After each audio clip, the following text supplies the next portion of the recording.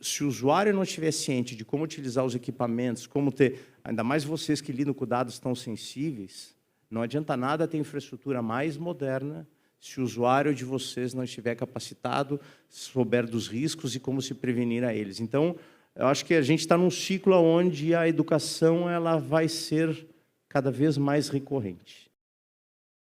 É uma honra contar com a presença de vocês aqui. A Justiça vem investindo muito em tecnologia. O crescimento de orçamento e investimento em tecnologia a gente acompanha há mais de 10 anos, ele está sendo exponencial. Quando o Expo Jude começou, era basicamente um encontro de líderes de tecnologia. E hoje é um encontro de líderes da justiça brasileira. O público de TI aqui é 1/3, mas nós temos juízes auxiliares, ministros, presidentes de tribunais, desembargadores, procuradores, defensores públicos, dirigentes de escolas, todas as áreas de negócio. São mais de 190 instituições de justiça que estão aqui representadas. São 64 instituições expositores na feira.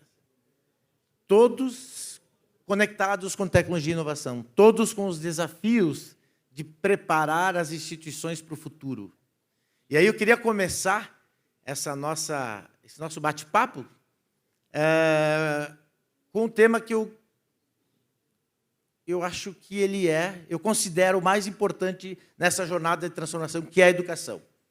E aí eu tenho repetido, e o desembargador Marco Vilas Boas está me olhando aqui, que ele lidera as escolas judiciais do Brasil. E as escolas nunca tiveram um papel tão importante para essa jornada para a justiça do futuro. A gente precisa preparar as pessoas.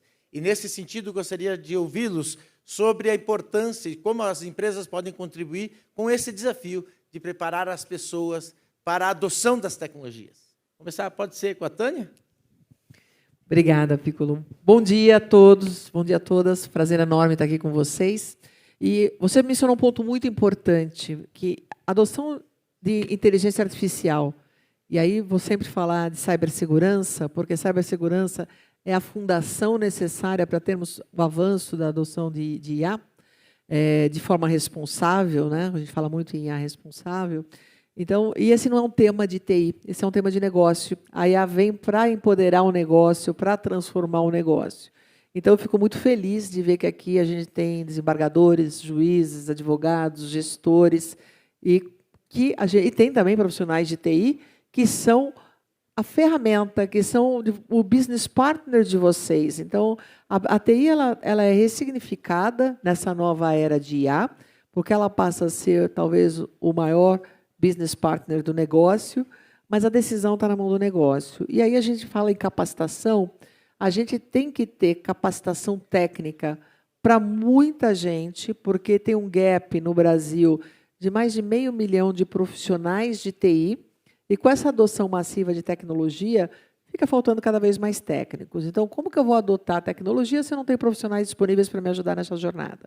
Então, primeira coisa, capacitação profissional para o técnico, mas também letramento digital para o leigo, letramento digital para as pessoas que vão ter aqueles seus trabalhos transformados, para que elas não percam seus empregos. Então, eu fico muito feliz de ver que vocês também estão se preocupando com isso e que escolas aí do setor judiciário estão trabalhando na formação dos seus profissionais. Então, contem com a Microsoft nessa jornada. E nós, recentemente, fizemos um anúncio de investimento muito grande no Brasil, 15 bilhões de reais na expansão dos nossos data centers, para que vocês possam usar a IA aqui no Brasil de forma responsável, garantindo residência de dados e outros requisitos regulatórios locais. Mas também, adicionado a isso, a gente quer capacitar 5 milhões de brasileiros em inteligência artificial, porque isso, sim, é fundamental, porque a inteligência artificial ela traz ganhos de produtividade, e não só para o judiciário, para qualquer setor da economia. Ganho de produtividade, competitividade, que isso impacta diretamente em crescimento do PIB.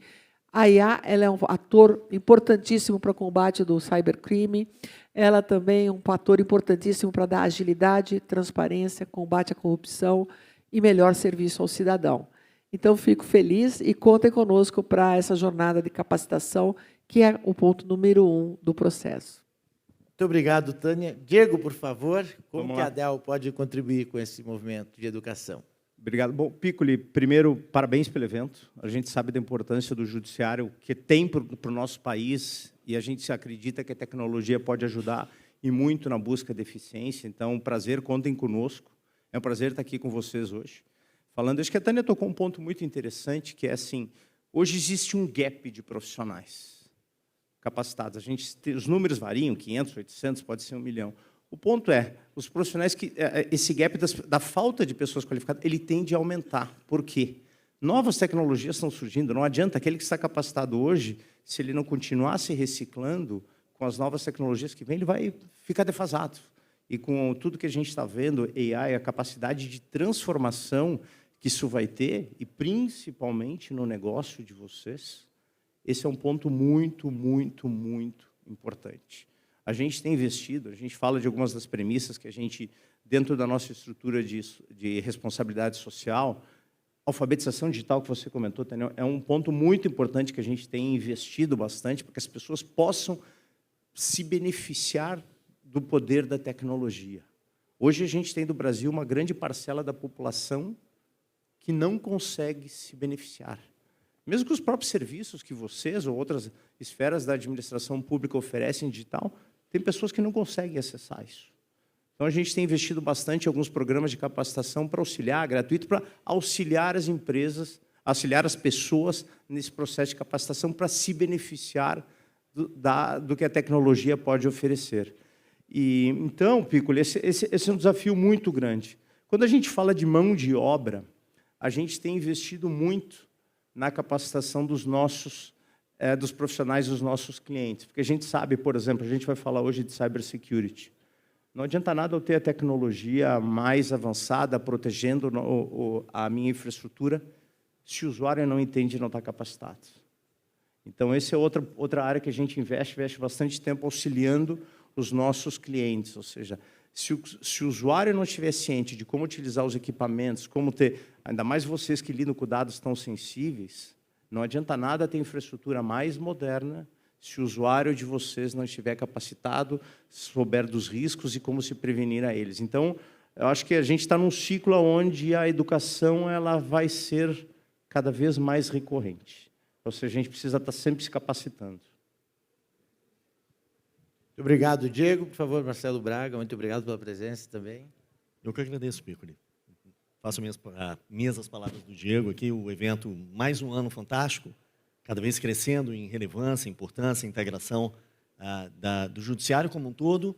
E eu acho que essa pitada do que vocês começaram em ser um evento de tecnologia agora aberto, né, expandido, é um reflexo do que está acontecendo na sociedade como um todo, em praticamente todos os setores. Tecnologia que tinha um departamento que cuidava disso, agora é literalmente a base para qualquer transformação de negócio que acontece. Mas trazendo o tema aqui da educação, eu concordo plenamente que a gente vive num momento de transformação tão importante, que é um papel conjunto das empresas, do governo e da sociedade como um todo, unir forças para essa mudança tão importante que está acontecendo. Mas queria trazer à luz aqui, talvez complementando o que já foi dito, um exemplo nosso, dentro de casa. Estava comentando com a Tânia aqui, com o Diego nos bastidores, a gente, há 3 semanas atrás, fez dentro da IBM um desafio. A gente chamou de Watson Challenge, foi pegar todos os nossos 285 mil colaboradores do mundo para sentar algumas horas para discutir como é que a sua rotina de vida podia ser diferente. E quando a gente fala de um evento interno da IBM, a primeira coisa que deve vir na cabeça de vocês é um monte de gente de tecnologia que desenvolvem produtos que devem ser super modernos. E tem esse lado do laboratório, de pessoas que ajudam a NASA a desenvolver modelos preditivos de desastres naturais, mas tem a minha assistente, a Magali, que é aqui de Brasília, tem 50 anos de casa. E ela, junto com mais 5 assistentes de outros executivos da IBM, somados com mais 2 estagiários nossos, estavam discutindo como usar a IA para fazer a conciliação das minhas despesas de viagem com a despesa do cartão de crédito e com o reembolso, porque isso toma muitas horas do dia dela. Essa é a amplitude da mudança que a gente está vivendo, gente. É uma discussão tecnológica, é uma discussão de negócios, mas é uma discussão que chega em todos os níveis da empresa. Então, esse olhar de como as coisas podem ser feitas de uma forma diferente exige um letramento que começa pela liderança, de entender que as coisas podem ser feitas de uma forma muito distinta, mas que vai pegar até assistente, que vai ter o seu dia a dia alterado. Agora, a diferença é que, se está incluído todo esse aspecto populacional dentro dessa discussão agora, eles se sentem engajados. Vocês não têm ideia da energia dela, Magali, do corpo que estava lá no grupo dela, buscando fazer algo que elas queriam se diferenciar. Então, esse é Piccolo, eu acho que é a amplitude da mudança e do impacto da educação que está acontecendo nos dias de hoje. Muito bom, muito bom ver a educação como pauta na agenda, né, das lideranças, e não podia ser diferente, né? Ontem a gente começou a agenda com 3 palestrantes, keynotes principais, um de cyber, outro de IA, e, obviamente, a gente terminou a noite tratando de gente, com a ex-diretora da Disney, que trouxe uma magnífica experiência sobre o poder do encantamento. São pessoas. No final da história, a gente precisa de pessoas para fazer com que as tecnologias sejam realmente uma ferramenta com um potencial de transformação que a gente acredita. O judiciário depende muito de tecnologia. Nós temos um cenário de 83 milhões de processos na fila para julgamento. Cada magistrado julga, na média, 2.000 processos ano, mas ele deveria julgar 7.000 para dar vazão. Só com o apoio da IA. É humanamente impossível. Então, dependemos muito de tecnologia, mas para que as pessoas usem a tecnologia, elas precisam ser capacitadas. Mas eu queria fazer uma mudança de chave aqui, para a gente poder tratar de outros temas, e um dos temas que se conecta totalmente é a questão da sustentabilidade. E a Goldman Sachs publicou, em abril deste ano, um relatório em que ela aponta que, até 2030, nós teremos cerca de 160% de aumento no consumo de energia diante dessa evolução do consumo da IA, que, obviamente, com a construção de data centers, etc., vem aumentando proporcionalmente o consumo de energia. Então, eu queria trazer essa pauta para ouvir da agenda de vocês esse tema, que é uma das preocupações da agenda da justiça brasileira. Posso começar de novo com a Tânia ou quer começar de lá para cá? Bom, essa é uma preocupação número 1 da Microsoft, é o compromisso ambiental. Então, nós temos o compromisso de ser net zero até 2030. Net zero em carbono e negativar as emissões históricas até 2050. Eu estive na COP de Paris, participei das discussões naquele momento, via os países assumindo compromisso, e, infelizmente, muito pouco foi feito. 2030 é amanhã, e a gente, globalmente, não vai ser net zero. A Microsoft mantém o seu compromisso em 2030, ela não empurrou para 2050, como muita gente está fazendo, e já, o ano que vem, 2025, a gente criou um compromisso intermediário, onde 100% dos nossos data centers serão alimentados por energia renovável. Então, a gente vem buscando garantir que a energia que for usada, e um outro ponto é que todos os data centers eles têm o seu selo de eficiência energética, porque a melhor energia é a não consumida, porque você tem perdas no sistema também. Então, esse é o conceito da Microsoft, net zero, eficiência energética, ter os data centers com fontes renováveis. Mas aí vem a preocupação do consumo de energia, que vai além também das emissões de carbono, mas requer um investimento em infraestrutura elétrica bastante importante. Então, nesse caso, a gente vem investindo na otimização dos modelos de algoritmos.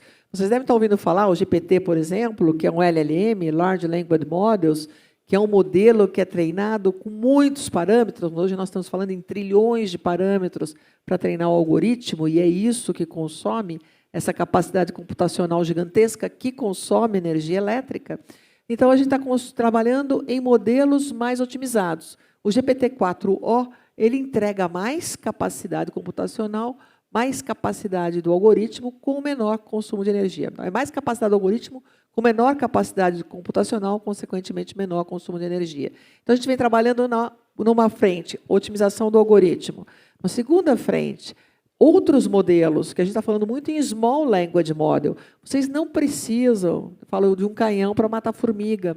Então, é muito importante vocês se aconselharem com um parceiro de confiança para escolher qual é a ferramenta mais adequada para o meu problema de negócio. É um LLM? É um SLM? É um conjunto de diferentes tecnologias para garantir que você tem um menor consumo de energia. Uma terceira vertente que nós estamos trabalhando em parceria com os fabricantes dos chips, dos componentes eletrônicos, para que esses componentes sejam mais eficientes e consumam menos energia.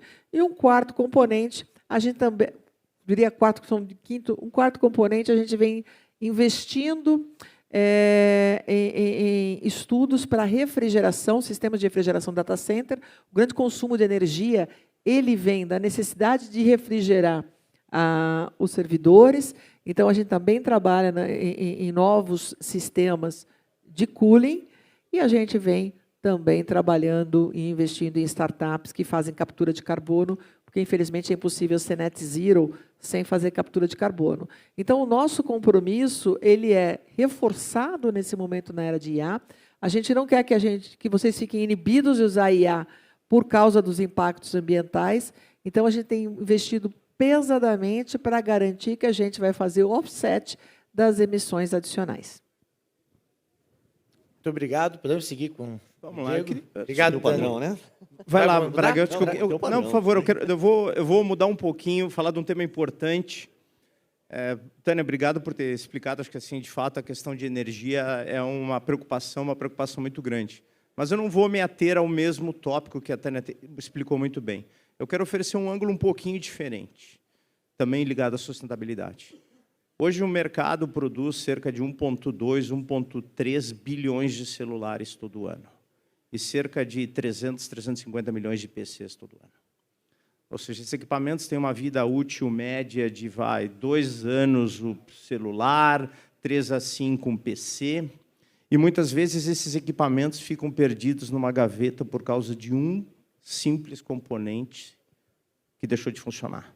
E com a modularidade, você não pode trocar. Então, assim, você imagina o volume de matéria-prima consumida para isso. Esse equipamento deixa de ser funcional, é descartado, polui o ambiente. Então, a gente está fazendo um conceito, até se vocês quiserem verificar, até eu convido vocês a procurar no Google, que chama Concept Luna. É uma transformação muito grande na forma pela qual os equipamentos são desenhados e produzidos. A gente vai oferecer modularidade nos equipamentos. Ou seja, você vai poder trocar um componente. Sim, eu vou vender menos unidades por causa disso? Provavelmente. Mas vai ser um equipamento mais sustentável, que você vai ampliar o uso, você vai dar um outro tipo de alcance. É uma transformação muito significativa na forma como os PCs vão ser produzidos. Esse já é um conceito que está sendo implementado na maior parte dos nossos produtos, isso sem falar que todos os componentes são feitos com materiais recicláveis, que os equipamentos consomem menos energia, que a gente está fazendo, inclusive, eu estava comentando com a Tânia e com o Marcelo antes, que essa nova geração de produtos vai utilizar AI embutida para fazer o que a gente chama de auto-healing, ou seja, ele vai se autodiagnosticar e, se necessário, abrir um chamado quando tiver um problema, para evitar que o usuário faça. Então, a gente vai ter uma transformação, Piccoli, muito grande na forma como os equipamentos são produzidos, para estender a vida útil, garantir que se use menos materiais, que menos material nocivo seja descartado e os equipamentos sejam mais eficientes. Então, quis botar um outro ângulo da... Mas é uma iniciativa que contribui totalmente com a Totalmente. agenda É uma mudança muito grande na importante. forma como são feitos os equipamentos. Muito obrigado, parabéns pela iniciativa. Braga, e aí, Bem? Piccoli, eu acho que um dos pontos super importantes para essa discussão de sustentabilidade é, primeiro, todo mundo ter a consciência que é um problema coletivo. É um problema de todos nós. Não é um problema de quem produz, de quem consome, de quem gere, é um problema único. E eu acho que também uma das soluções para essa discussão é todo mundo ter a sua medição do seu impacto de sustentabilidade dentro da sua empresa, dentro do seu órgão, dentro do setor que a gente entra. Então, aqui a gente entra também fazendo algumas ações muito interessantes, que é dar tecnologia para que as empresas possam calcular os seus impactos de sustentabilidade. Ao usar o sistema em nuvem, não quer dizer que o problema de sustentabilidade deixou de ser produzido por você. E agora é um problema de quem tem o data center, de quem tem o software que roda na nuvem, de quem produziu os servidores que vão rodar nessa nuvem. Então, a gente tem algumas tecnologias que ajudam a vocês linkarem todos os dados que vocês consomem de sistemas, de prédios, de processos, de todo o dia a dia de deslocamento das pessoas e trazer, de fato, dados para que vocês possam olhar aonde vocês estão tendo um maior impacto de sustentabilidade e tomar algumas ações. Então, do lado, óbvio, né, como fornecedores, a gente sempre está buscando equipamentos que gastam menos energia, gastam menos ar-condicionado, que sejam reciclados, processos de produção mais eficientes, compromissos, também a IBM tem o mesmo compromisso de estar carbono neutro até 2030 e mantido o compromisso também. Então, estamos fazendo a nossa parte, mas eu acho que esse dar as mãos e ter dados, informação, né, qualquer sistema de gestão que a gente brinca, né, se você não mede, é muito difícil para você gerir. Então, na hora que existem tecnologias como o Invisi, que a IBM tem, de você pegar e ajudar a calcular essa pegada, a sustentabilidade fica muito mais evidente, onde cada um pode fazer o teu pedaço dentro dessa jornada. Afinal de todos, estamos dentro da mesma nave-mãe, né? Se der um problema, não adianta falar que o buraco está do lado de lá do barco, que ele afunda do mesmo jeito. Então, ter essa coletividade de ações, essa coletividade de pontos de vista, ajudam muito no planejamento e na execução das ações de sustentabilidade das empresas de vocês, nos órgãos de vocês, na verdade. Muito obrigado, Braga. Eu queria fazer mais uma mudança de chave aqui. A gente está na frente de uma sala de cyber, onde está acontecendo aqui uma competição de ataque e defesa, tribunais, as pessoas estão ali naquela sala competindo, aprendendo e ganhando mais robustez, ganhando conhecimento, experiência para defender as nossas instituições de justiça, que algumas foram atacadas, outras estão sendo ou serão. Então, isso é certo e as pessoas estão tendo essa experiência. E ali atrás nós temos uma outra experiência, que é um ataque cibernético com óculos de realidade virtual, onde os líderes passam pela experiência de entrar numa sala e receber informação. Fui atacado, e agora? Qual é a primeira decisão? Eu chamo o jurídico para analisar o aspecto legal? Chama a imprensa, a assessoria para gerar uma nota? Ou chama a área de infraestrutura para fazer uma avaliação do ambiente? Tem que decidir, cada decisão é uma consequência, e essas decisões são avaliadas pela equipe da Deloitte, que está aí a postos, construindo essa experiência e proporcionando isso para cada líder. As pessoas, depois de passar por essa experiência, com certeza estão melhor preparadas para essa eventualidade, que ninguém está aqui livre disso acontecer. Então, eu queria que vocês pudessem trazer a visão das empresas, da indústria de tecnologia, sobre essa agenda cyber, porque a justiça sem dúvida nenhuma, tem sofrido vários ataques, é alvo aí de várias formas, né, de ataques cibernéticos. Vou começar com o Diego para a gente mudar um pouquinho. Vamos lá, até porque eu acabei puxando um pouco o gancho na minha primeira resposta, falando da importância do usuário, da capacitação do usuário. Soluções para proteger bem a infraestrutura de vocês existem. Várias no mercado, várias opções, nós três temos, vários concorrentes têm. Isso é garantia de proteção que você vai estar blindado? Não. A gente sabe que os invasores são ousados, arrojados, vão buscar coisas novas e vão dar maneiras de burlar, mas é uma forma de você prevenir e prevenir bastante. Mas, no final do dia, se o usuário de vocês não estiver devidamente capacitado para enfrentar os desafios dos cyberataques, vocês são expostos. E essa exposição aumentou muito com o trabalho remoto, o trabalho de qualquer lugar, se conectando em qualquer rede, pessoas se conectando com qualquer PC ou mesmo smartphone na rede corporativa. Isso aumentou e aumentou bastante. Então, a capacitação do usuário é fundamental.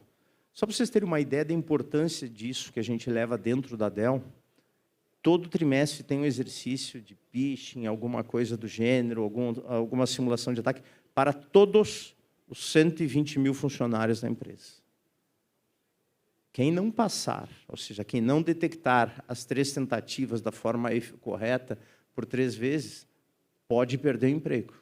Ou seja, porque ele está colocando em risco o ambiente da empresa. Isso para vocês terem uma ideia de tão a sério a gente leva esse tipo de risco, que é fundamental. Então, Eu acho que assim, investir na capacitação do usuário é fundamental. Ferramentas nós temos, a gente pode auxiliar vocês, mas principalmente empresas que têm um número grande de funcionários, têm uma operação geograficamente muito distribuída, essa vulnerabilidade aumenta bastante. Então, eu não quis falar do ponto de vista técnico, eu quis falar da conscientização do usuário, Piccoli. A gente que voltou para para a mim, educação, né? Exato, que liga, eu usei até no exemplo da educação. Para mim, o risco principal, tendo o usuário bem definido e depois se cercando de boas ferramentas, você não está isento, mas com certeza o criminoso vai buscar uma janela mais fácil para atacar. Muito obrigado, Diego. Vamos deixar a Tânia por último, passar para o Marcelo agora. Piccoli, concordo muito com você, Diego. Eu acho que a porta de entrada é sempre o usuário, independente se é um funcionário, um terceirizado, qualquer pessoa que se conecta dentro da sua rede, trouxe algum tipo de vulnerabilidade potencial. Agora, eu acho que o ponto aqui da preparação de uma simulação, ele é super bacana, super relevante, porque no final do dia, a possibilidade de algum incidente cibernético é muito provável. A discussão é o que fazer quando acontece e, principalmente, o que fazer para não acontecer. Então, acho que aqui tem 2 pontos super importantes, né? O Judiciário está com 99% dos processos digitalizados, o que significa que tudo virou bit, byte, tudo está dentro de um sistema de armazenamento, tudo isso está conectado, tudo isso está sendo acessado e garantir que a informação certa está indo para a pessoa certa, no lugar certo, para a finalidade certa, nada mais é o que determina a LGPD, certo? Tem que estar implementado. E aí eu vejo 2 vertentes super importantes. Primeiro é uma discussão clara de segurança de dados. Então, como os processos, os sistemas e as tecnologias precisam estar num nível de sofisticação compatível com a sofisticação de vocês, de 99% dos processos digitalizados. Por quê?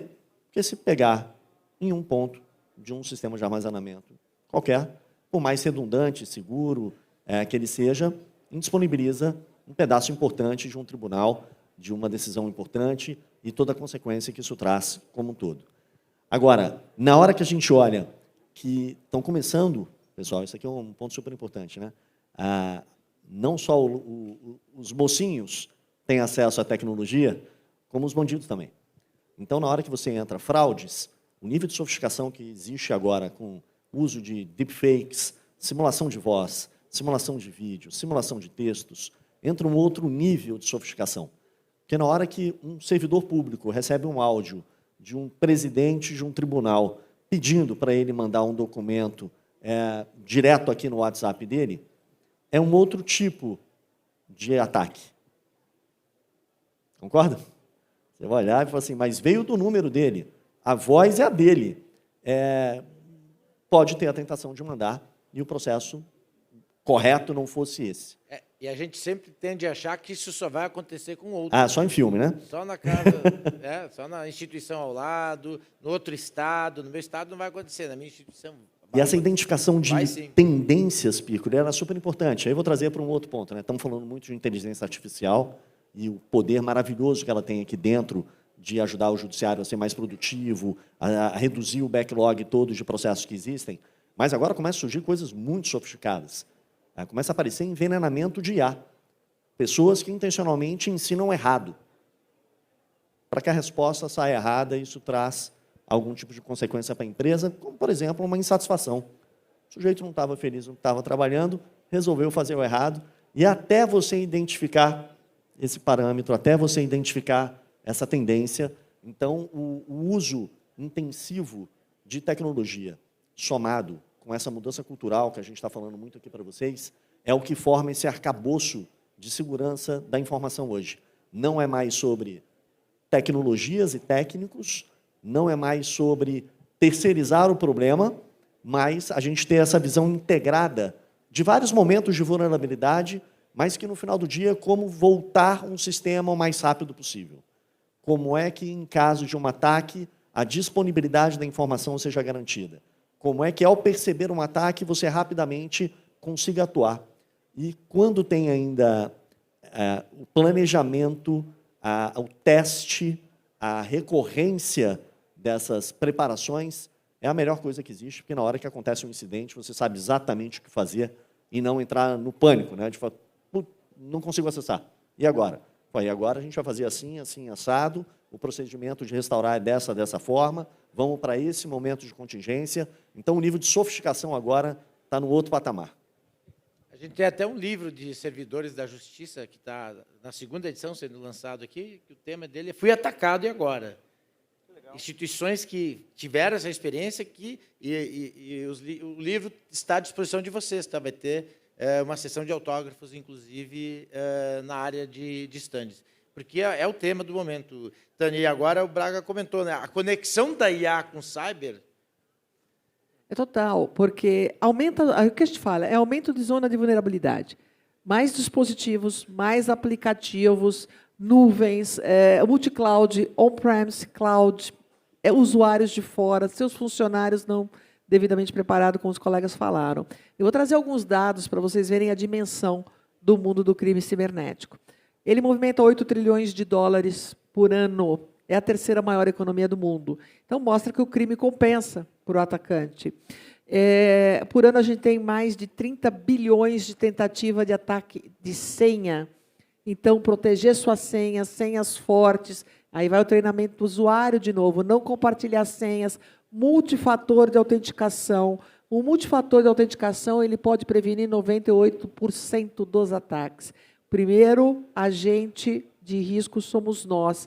E é o phishing, que é a porta de entrada principal, que pode ser a voz. Teve recentemente um caso de um CEO, a voz do CEO clonada. Eu preciso de 9 segundos da sua voz para clonar a sua voz. Eu tenho certeza que se eu entrar no Instagram de qualquer um de vocês, eu consigo 9 segundos da sua voz, eu vou clonar a sua voz, e o CEO pediu para o departamento financeiro fazer um depósito de um valor para ele poder pagar, acho que uma aquisição, algum evento que ele estava tendo que pagar, e pagaram e era fraude. Então, gente, não confiem no que vocês veem, não confiem no que vocês ouvem. Acontece, nesse momento, 4.000 tentativas de ataque por segundo. Então, realmente, a pergunta não é se, é quando a sua empresa for atacada. Então, é importantíssimo você se proteger, e aí a gente usa o conceito de Zero Trust. O que é Zero Trust? Você não confia no usuário, você não confia no dispositivo, você não confia na rede, e aí você tem checkpoints. E isso, hoje, ele é super user-friendly. No passado, era penoso você proteger, porque você precisava de diferentes senhas, diferentes interfaces. Hoje em dia, isso tudo acontece de uma forma muito transparente para você. Você tem que saber que está lá, e você tem que seguir alguns passos. E você tem o autenticador, então tem lá o Teams da Microsoft, eu estou aqui em Brasília, então eu estou fora da minha localidade, eu vou ter que aprovar alguma coisa, vou ter que entrar no meu VPN, vou ter que pegar o Authenticator vai pedir, vai identificar que sou eu, e eu tenho que confirmar no aplicativo que eu estou usando que sou eu. E talvez tenham aplicativos que eu não seja autorizado a usar fora da minha base. Então, realmente, eu não confio na Tânia, não confio no dispositivo dela, não confio, para que você garanta que você vai minimizar o ataque. Mas aconteceu o ataque. Então, você tem que ter um volume de soluções que te minimize a expansão do ataque. O atacante ele fica meses dentro da empresa. Ele entra e fica e vai fazendo movimentos laterais. Então, quando você tem o sequestro de dados, né, coloca um ransomware e sequestra os teus dados, ele já está meses dentro da tua empresa. Então, você tem muito pouco o que fazer. Então, como você tem barreiras de contenção, porque se eu entrei, eu não me movimento e rapidamente eu sou detectada, a máquina lá é separada e aí você consegue recuperar o ambiente facilmente. Então, tudo isso você é ajudado pela tecnologia. E hoje a gente tem um volume de tecnologias enormes dentro da área de TI.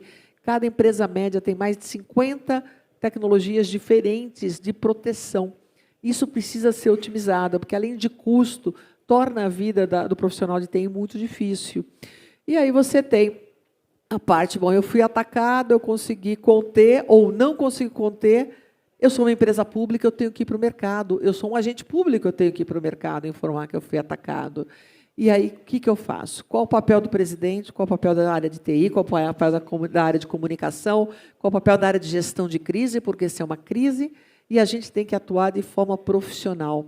Então, é muito importante vocês terem a oportunidade de conversarem aqui com o pessoal da Deloitte e, se puderem, levar esse exercício para dentro das suas empresas, para garantir que os executivos estejam devidamente preparados para, em caso de, é para não acontecer, mas se acontecer, não fiquem batendo cabeça. Eu já presenciei empresas que foram atacadas mais de uma vez e elas bateram de cabeça os executivos na segunda vez como na primeira. Quer dizer, não bastou só colocar as barreiras de proteção do ponto de vista técnico, mas os executivos não estavam devidamente preparados para suportar a área de TI.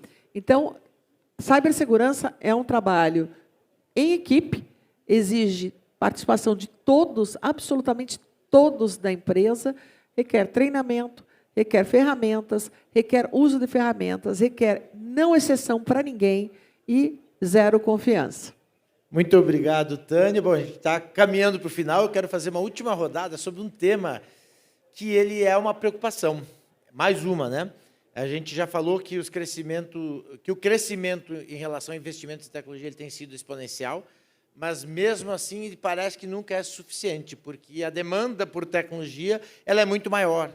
As áreas de tecnologia têm sido demandadas altamente pela criação de soluções, mas também pelo investimento em ferramentas para colocar à disposição das pessoas. Então, uma das preocupações das instituições de justiça é sobre custos.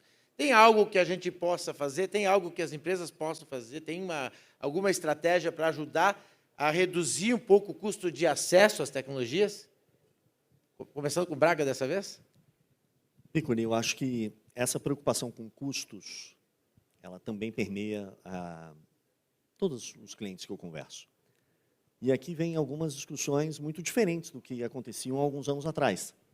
Você pegava 10 anos atrás, você comprava equipamentos, você comprava software, você contratava serviços, demorava um processo de aquisição desse, em média, entre o técnico fazer a especificação e a licitação ser vencedora, provavelmente mais de um ano, e começava a usar para botar esse ambiente todo funcionando. Levava-se 3 a 6 meses, dando tudo certo, e aí começava-se a trazer retorno sobre o investimento feito. Agora você tem novos modelos disponíveis. Modelos por consumo, em nuvem, por assinatura, uma variedade enorme de opções de trazer resultado mais rápido. Agora, o que está surgindo como uma tendência importante já em termos de maturidade? É vocês desenvolverem uma disciplina chamada FinOps, que é uma visão financeira sobre as operações de tecnologia. E aqui entram, né, da mesma forma que tecnologia era um departamento e tinha as suas demandas, o que a gente vê agora são cada vez mais projetos multidisciplinares, porque aí a discussão não é o custo do orçamento de tecnologia está muito mais alto, é a demanda para fazer um novo sistema, uma nova interação, que demandam muito mais recursos e muito mais custos. Agora, na hora que você olha que hoje é possível trabalhar processos, usar instrumentação de tecnologias de FinOps que consigam olhar custos de todas as nuvens, custos do seu ambiente on-premises, conseguir fazer o chargeback de quanto aquele sistema custa para ser implementado, para quem deveria cair aquele custo orçamentário junto, e tomada de decisões. Porque, no final, quando você usa, por exemplo, o judiciário que está bastante avançado no consumo de nuvem, quando a gente fala de FinOps no setor privado, chama-se economia de custos. Estava se gastando 10, botando uma forma automatizada de otimizar os recursos, ia gastar 8, chama 20% de economia. No setor público não é economia. Pode ser um dano ao erário. Pode ser uma improbidade administrativa. Pode ter outras consequências, principalmente com o mercado tão dinâmico, com o mercado que tem tantas opções. Como é que há a garantia para o gestor público de que ele está usando o serviço mais econômico que ele deveria escolher. Como é que ele se protege nessa discussão de mostrar a sua eficiência junto aos órgãos de controle como um todo? Então, o que era antes dúvidas e inseguranças, Piccoli, hoje tem tecnologias que a gente pode ajudar a conectar tanto as visões de nuvem, quanto as visões de on-premises, quanto os serviços que estão sendo feitos, automatizar todas essas otimizações, que também vem aqui um desafio de capital humano, de tempo, de equipe, de prioridades. Então, essas automatizações multinuvem e on-premises agora estão super avançadas. E, no final, uma visão muito simples e objetiva de onde está se gastando o orçamento, aonde pode-se ter alguma economia para fazer um self-fund de mais projetos, de mais capacitação, de mais inovação e do uso ótimo do dinheiro público. Muito obrigado. Tânia, por favor, deixa eu terminar com o Diego dessa vez. Bom, eu vou levar a memória da gente para as pessoas que são mais velhinhas da minha geração, que vão lembrar que há 30 anos a gente não tinha computador no escritório, né? A gente fazia os comunicados tudo por escrito, não existia o computador. O computador tem um custo elevado. Alguém hoje questiona a compra do computador por causa do custo, porque era muito mais barato quando a gente não tinha um computador para uma empresa de 10, 20, 30, 100 mil funcionários. Hoje não se discute. A gente precisa inverter o pensamento de não considerar a tecnologia ela é um custo adicional, ela vai custar mais, mas ela traz benefícios. Então, o conceito do que a gente chama, né, de TCO, Total Cost of Ownership, ele tem que ser levado em consideração. Então, não é trazer a tecnologia só porque é legal, pô, é hype, eu tenho que ter um Copilot aqui, senão vai pegar mal para os meus colegas, mas o que o Copilot vai me trazer de benefício e produtividade? Um exemplo que é público, eu vou falar do Banco Itaú, que ele é um usuário de Copilot no GitHub, que é para desenvolvedores, eles têm 17 mil desenvolvedores. Eles estão conseguindo, eles digitaram nos últimos 6 meses 1 milhão de linhas de códigos, criaram 1 milhão de linhas de códigos, programas de computador, através do Copilot. Isso deu ganho de produtividade de 30%. Ele levou a equipe dele de 17 mil para 23 mil. É disso que nós estamos falando. Quanto custaria ter 23 mil pessoas sentadas para poder fazer um determinado serviço? Quanto custou a questão de Copilot? O banco sabe fazer conta, gente. E eles fizeram. Então, é sobre isso que nós estamos falando. Nós falamos aqui dos 83 milhões de processos. A AGU tem 20 milhões de processos, só a AGU. Ela tem 80 mil intimações diariamente, né? Chamados diários. Como que você vai gerenciar isso? É impossível para os advogados existentes. Quanto custa contratar o número de advogados suficientes para dar vazão a esses projetos? E quanto custa a aquisição de IA? E que benefício isso traz para a sociedade, poder dar celeridade para os projetos? Então, eu acho que tem que ter uma mentalidade, e realmente o que é importante é criar o uso de caso para a adoção de tecnologia e definir quais são as métricas importantes a serem consideradas. E aí é lógico que depois que você adquirir tecnologia, você usa o FinOps para otimizar o que você adquiriu, que pode trazer muito benefício. Mas você não se, o Marcelo também falou no início, não se gerencia o que você não mede. Então, quais são os benefícios que eu espero? Quais são as métricas que eu vou acompanhar? E aí sim você vai pagar esse investimento. E aí um novo paradigma, um paradigma adicional que precisa ser considerado, é que isso não tem que ficar no budget da TI. Porque a TI não vai usufruir do benefício. A vazão de processos, a satisfação de clientes não está na métrica da TI. Então, também, e aí eu cito também o Itaú, que ele é uma referência no uso de tecnologia, e ele também leva isso a público, a gestão como eles estão fazendo, com o uso intensivo de FinOps, mas a distribuição e alocação de budget, você, área de negócios, você decide, primeiro, se quer ou não comprar a tecnologia, porque você sabe o retorno que ela pode te dar, você decide se você vai investir em FinOps ou não, porque você vai ter que ter lá recursos específicos para isso, e na hora que ele coloca tudo isso na conta, a área de negócios fala, eu quero a tecnologia, eu quero ter um cara de FinOps aqui e eu vou endereçar estes problemas de negócio. Então, gente, é sobre isso que nós estamos falando. Obrigado, Tânia. Diego, para a gente fechar o nosso painel. Vamos Vamos lá. Então, eu queria usar o exemplo. Primeiro, Tânia, eu concordo plenamente contigo. Acho que a gente tem que enxergar a tecnologia de uma forma diferente, a gente acredita muito. Mas eu vou resgatar o comentário do Braga para falar um pouquinho de como a gente tem ajudado as empresas a continuar investindo, buscando o TCO, construindo seus use cases, ou seja, alavancando na tecnologia, mas fazendo isso da forma mais eficiente possível. Então, a gente tem conversado bastante com os times de FinOps dos nossos clientes para ver como a gente pode fazer tudo aquilo que a gente quer da forma mais eficiente possível. E uma das respostas que a gente tem encontrado e tem sido muito bem sucedido é na jornada de cloud. Ou seja, cloud não é uma empresa, é uma forma de computação que você decide como fazer. E a gente aposta muito no conceito de multi-cloud. Cada workload tem um lugar que ele pode funcionar melhor, um lugar mais eficiente, mas a gente acredita que não é só um destino, você faz isso de forma distribuída, gerenciada, e a gente tem auxiliado os nossos clientes a construir a sua plataforma privada para trabalhar em conjunto com as nuvens públicas. Inclusive, por exemplo, com a Microsoft, a gente tem o Azure Cloud Platform, que é ter a instância do Azure em casa. Mas por que fazer isso? Proteção de dados, economia.